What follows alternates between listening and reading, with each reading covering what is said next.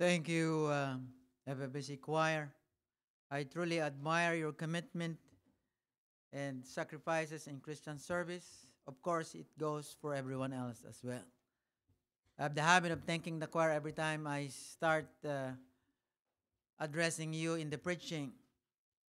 I cannot help it because they are the last one to stand up here. Praise God for our worship night yesterday. Yes, there were also good decision made by brethren last night, and there were a good number of guests. And the message of the songs and the manner of the choir rendition today and the next three more Sundays, I believe, is taken from Philippians chapter 2. And that also related to the mural behind me, Worship the King. And I'd like to invite everyone to turn your Bibles to the book of Philippians chapter 2. We'll be looking at the first 11 verses, but basically starting at verse 5. In Philippians chapter 2, and I'd like to read before you verse 5 to 8 as we begin. Have this mind among yourselves, which is in Christ Jesus, who though he was in the form of God, did not count equality with God a thing to be grasped, but emptied himself by taking the form of a servant, being born in the likeness of men, and being found in human form, he humbled himself by becoming obedient to the point of death, and even death on the cross.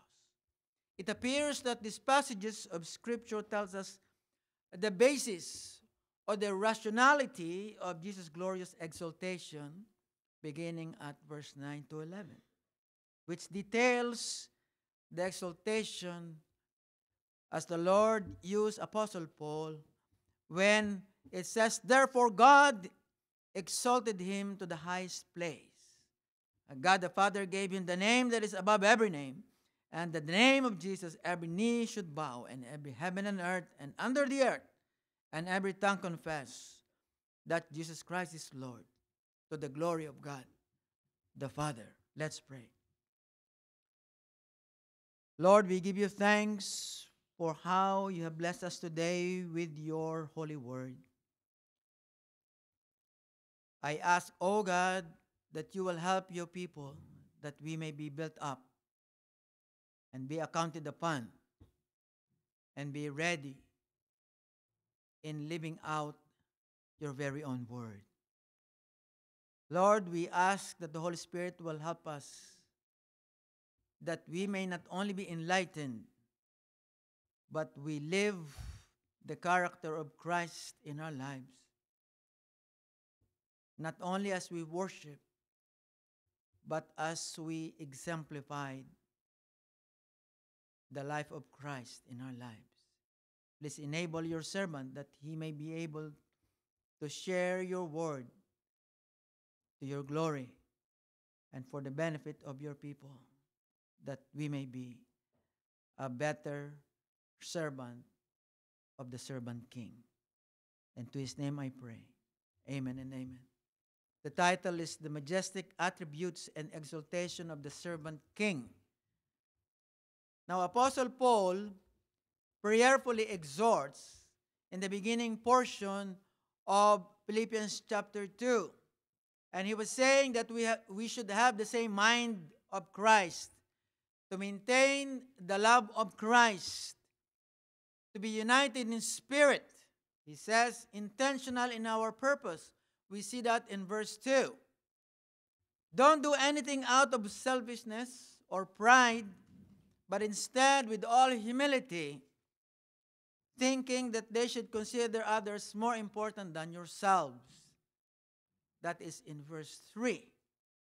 And that they should be concerned about their own interest, but also to the interest of others. And that is verse 4. And now we come to verse 5.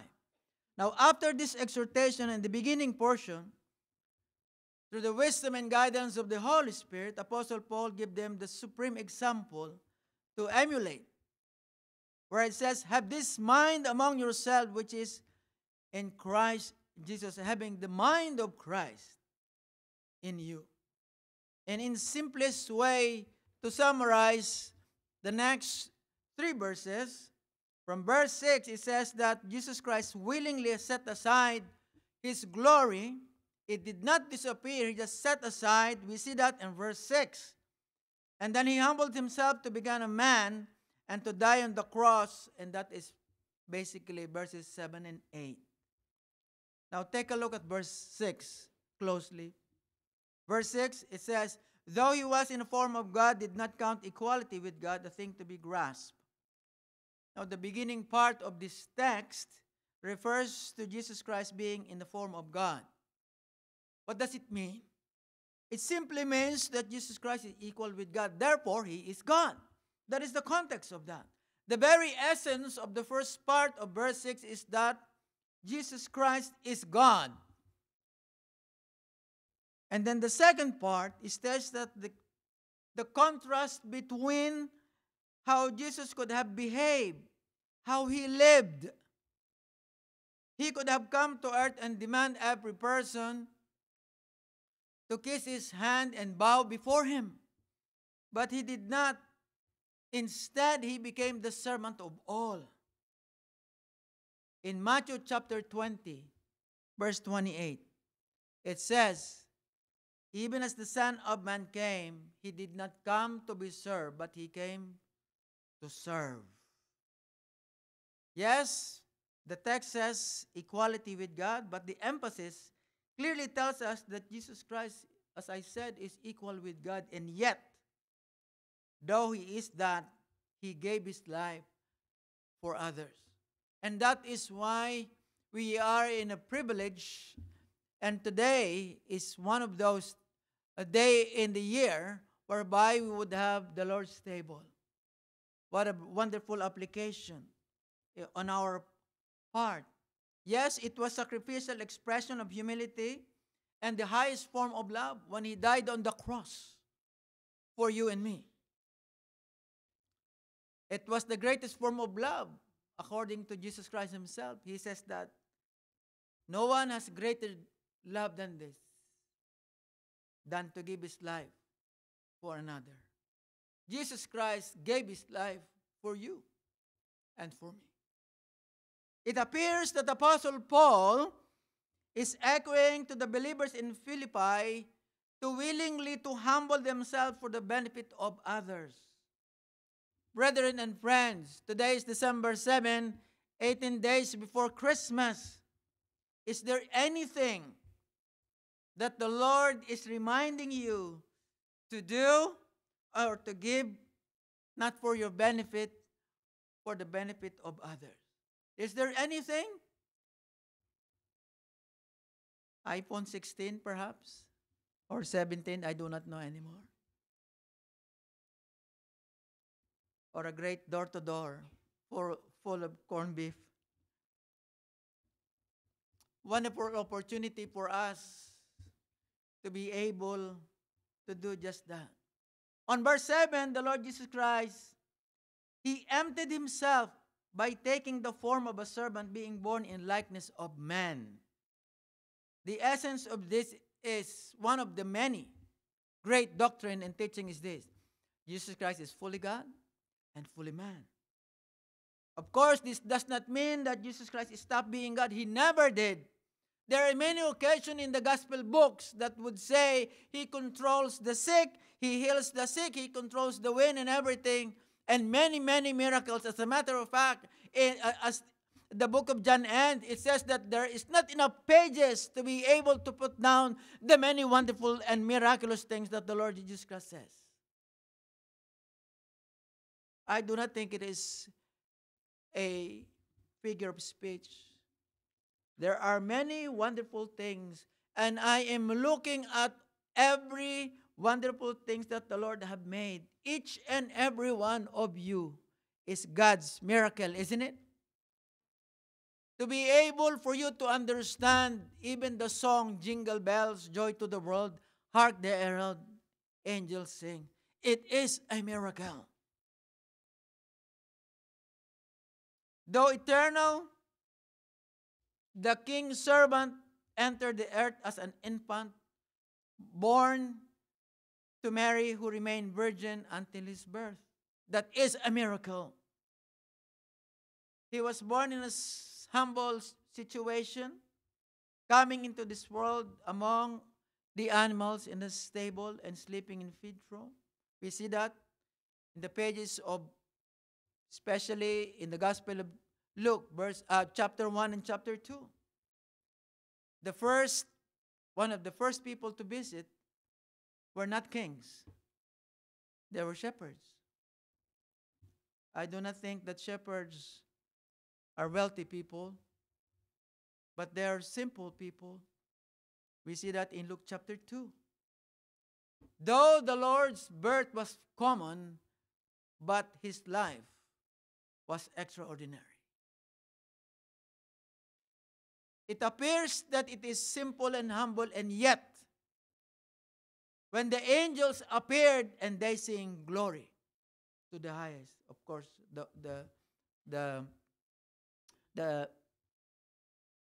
text in the gospel book says praising and saying, just to be correct there.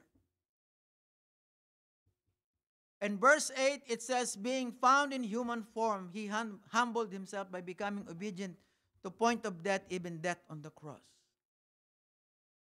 This particular text not only complements but completes the context in verse 6 and 7, that Jesus Christ came to earth in human form as a servant.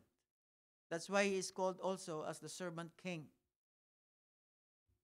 The Word of God teaches and shows us that Jesus Christ was born and died in humility. It was indeed in humility. He did not want to impress anyone, but it was part of his obedience. That's why he came and died. He did say in John chapter 6, verse 38, for I have come from heaven, and he came from heaven, not to do my will, but to do the will of the one who sent me. It was the initiative of God the Father. That's why he came. It highlights his supreme and complete obedience to fulfill God's plan of salvation. If he did not, there is no reason for you and me to be here today and to be able to celebrate the true meaning of Christmas. In a similar way, Apostle Paul encourages the believers in Philippi, and it's the same encouragement for you, to be humble and obedient in Christ, following the example of Christ, not exactly as in the gospel, but following in the likeness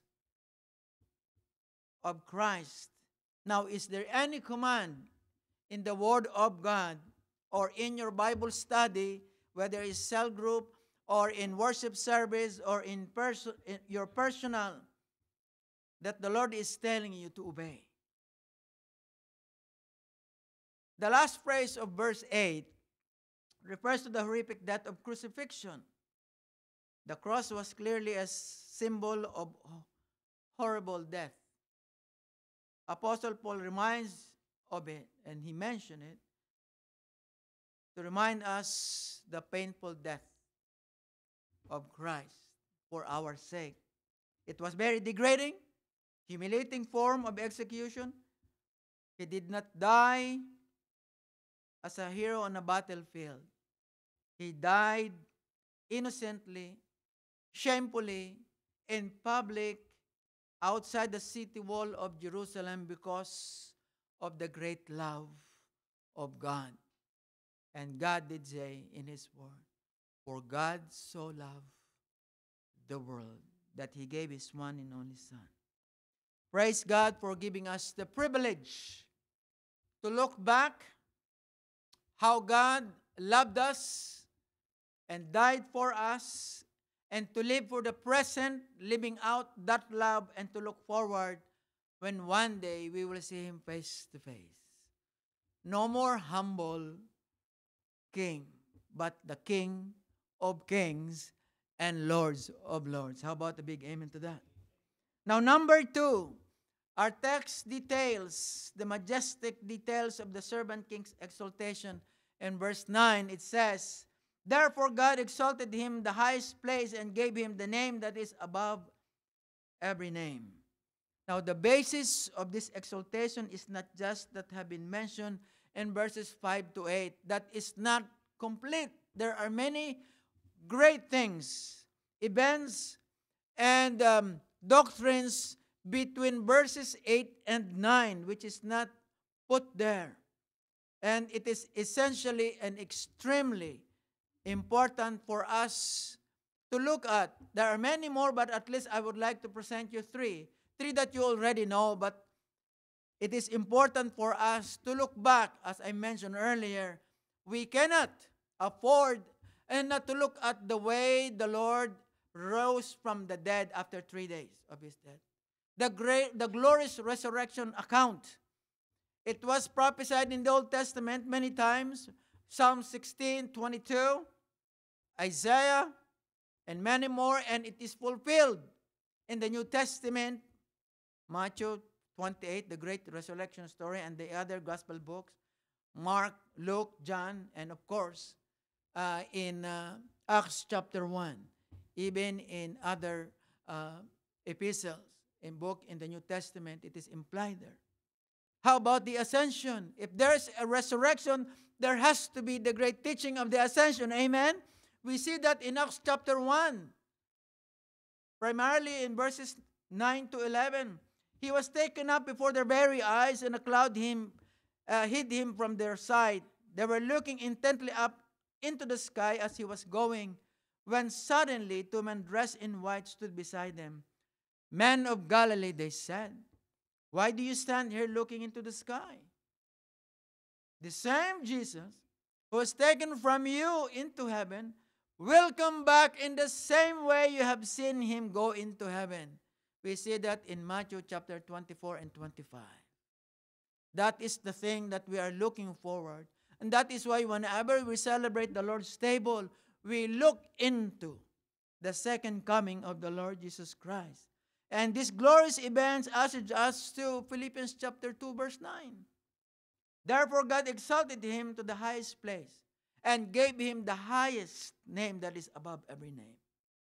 The name Jesus. Now, in relation to these events, and in Philippians chapter 2 verse 9, we could see one more time many essential biblical doctrines. And some doctrines are not specifically mentioned, like the word Trinity. You'll never find the word Trinity in the Scripture, but it is there. It is clearly there.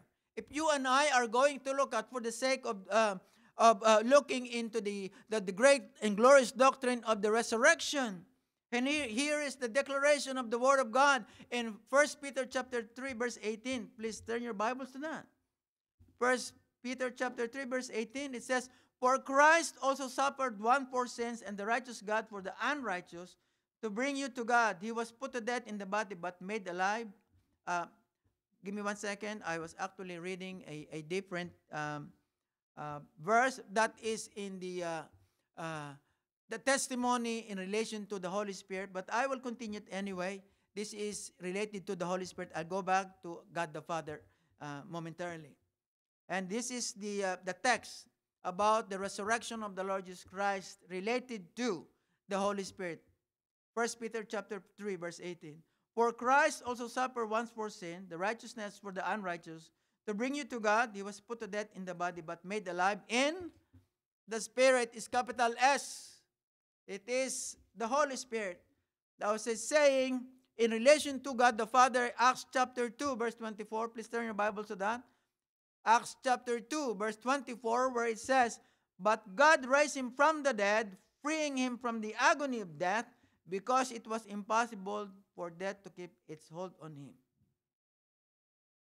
Galatians 1:1, another text. Paul, an apostle, sent not from man nor by a man, but by Jesus Christ and God the Father. How does it say? Who raised him from the dead. So now we see the God the Father, the Holy Spirit, and Jesus Christ. This is Jesus Christ says in John chapter 2 verse 19. He says, destroy this temple and I will raise it again in 3 days. No one takes it from me. Chapter 10 verse 18. But I lay down of my own accord. I have authority to lay it down and authority to take it up again. Now, in John chapter 11, verse 25, the wonderful text we always say, when he said, I am the resurrection and the life. Praise God to that. Praise God to that. Now, in the account of the ascension, in Acts chapter 1, we could see again the doctrine of the Holy Trinity. When Jesus Christ says, it is not for you to know the times or dates. The Father, he mentioned the Father set by his own authority. Now in verse 8, it says, but you will receive power when the Holy Spirit comes to you. Now that is the Holy Spirit. And you will be my, and that is Jesus Christ, witnesses in Jerusalem, in all Judea, and to the ends of the world. And after he said this, he was taken up before the bare eyes, and cloud him hid from their sight. Again, we see the great doctrine of the Holy Trinity, although we do not see the word Trinity, but it is there. That is why I was saying that between verses 8 and 9, there are many more doctrines that needs to be included in order for us to truly appreciate when the Word of God says that his name will be above every name. Now, Acts chapter 1 verse 9 and Philippians 2 verse 9 is in perfect agreement. God the Father exalted Jesus Christ in the highest possible place. Now, the question is this. There is the doctrine of resurrection. There is the doctrine of ascension. So where is Jesus Christ now? Oh, we all know he is in heaven. After the Lord just had spoken to them, he was taken up into heaven and he sat down where? At the very right hand of God. And this is the fulfillment of the messianic many prophecies in the Old Testament. When King David said in the Spirit, the Lord says to my Lord, sit at my right hand until I make your enemies footstool for your feet. This remarkable conversation between two persons of the Godhead implies not only the resurrection, not only the great doctrine of the ascension, but it implies and teaches us the full deity of Christ. Yes, the King that we worship, the King who is servant king, is God. Amen? In Matthew chapter 22, verse 43 to 45, Jesus Christ applies this psalm to himself, claiming that he is more than the son of David, but that he is David's Lord. Jesus places the right hand of God at the place of divine honor that he alone deserved. In other passages in the Word of God, where the phrase says highly exalted is used, we find interesting connection. Highly exalted. Jesus Christ was highly exalted as what? The coming Son of David.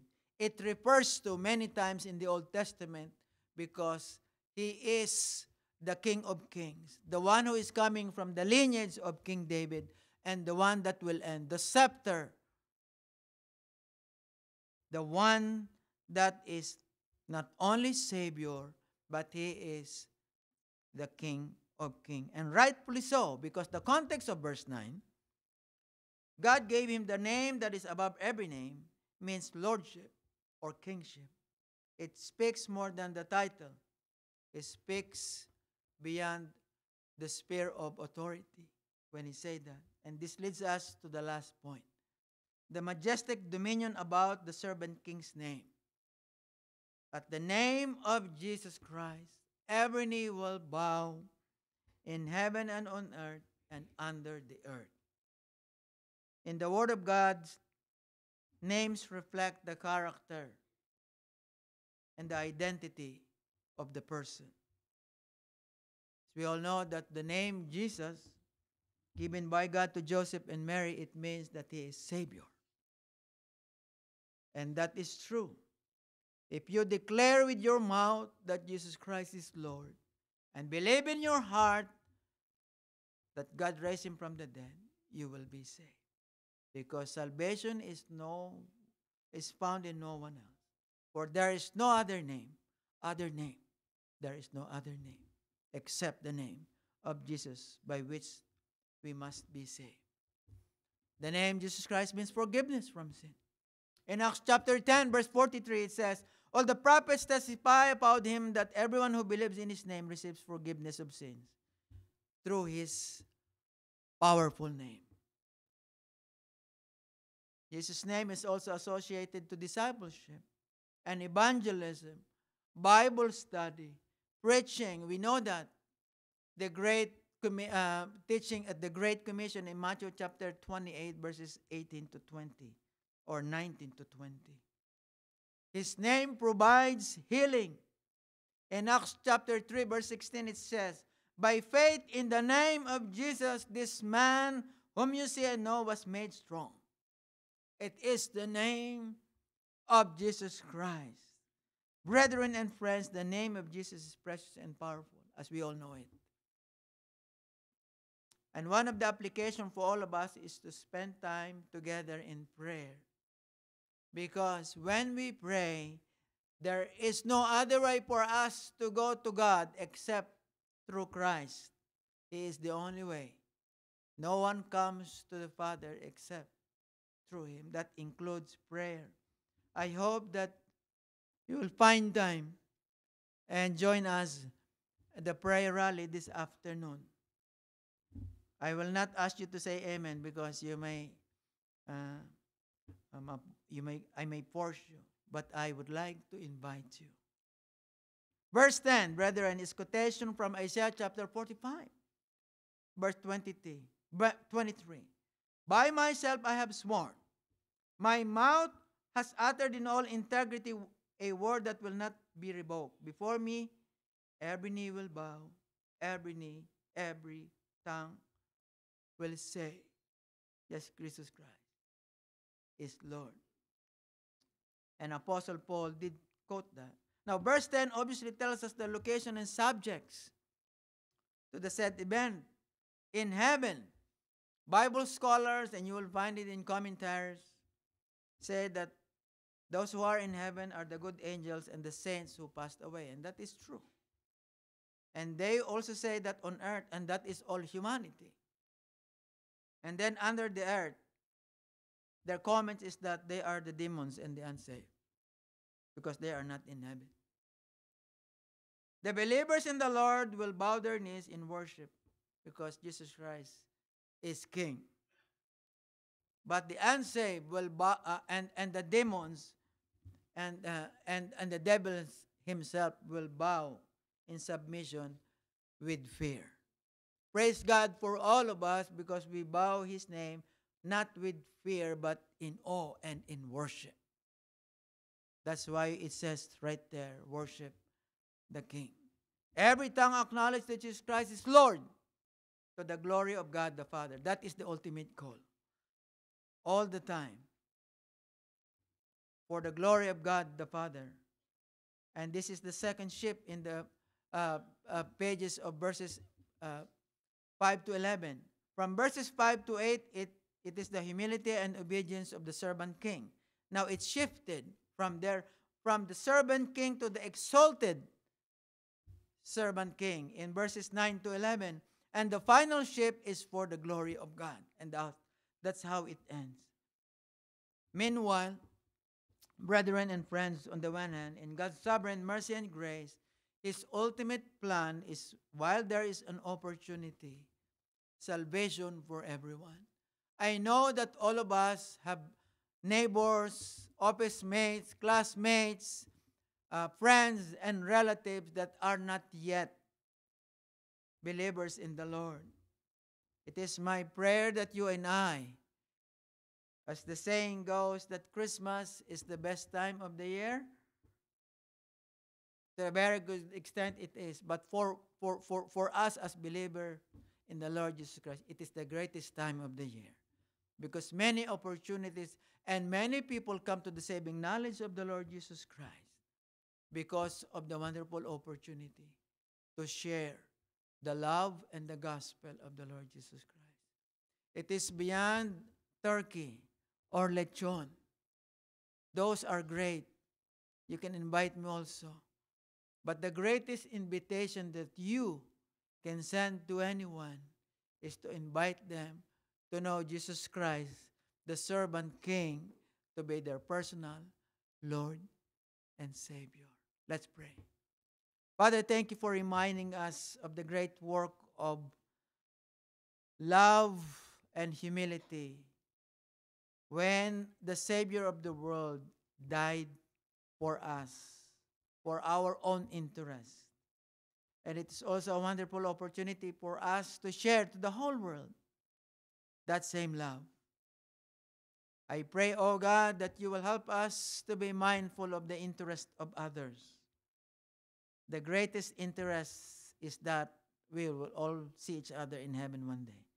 Meanwhile, we give you thanks for the opportunity to celebrate the essence of the love of Christ and the humility of Christ as we celebrate the Lord's table.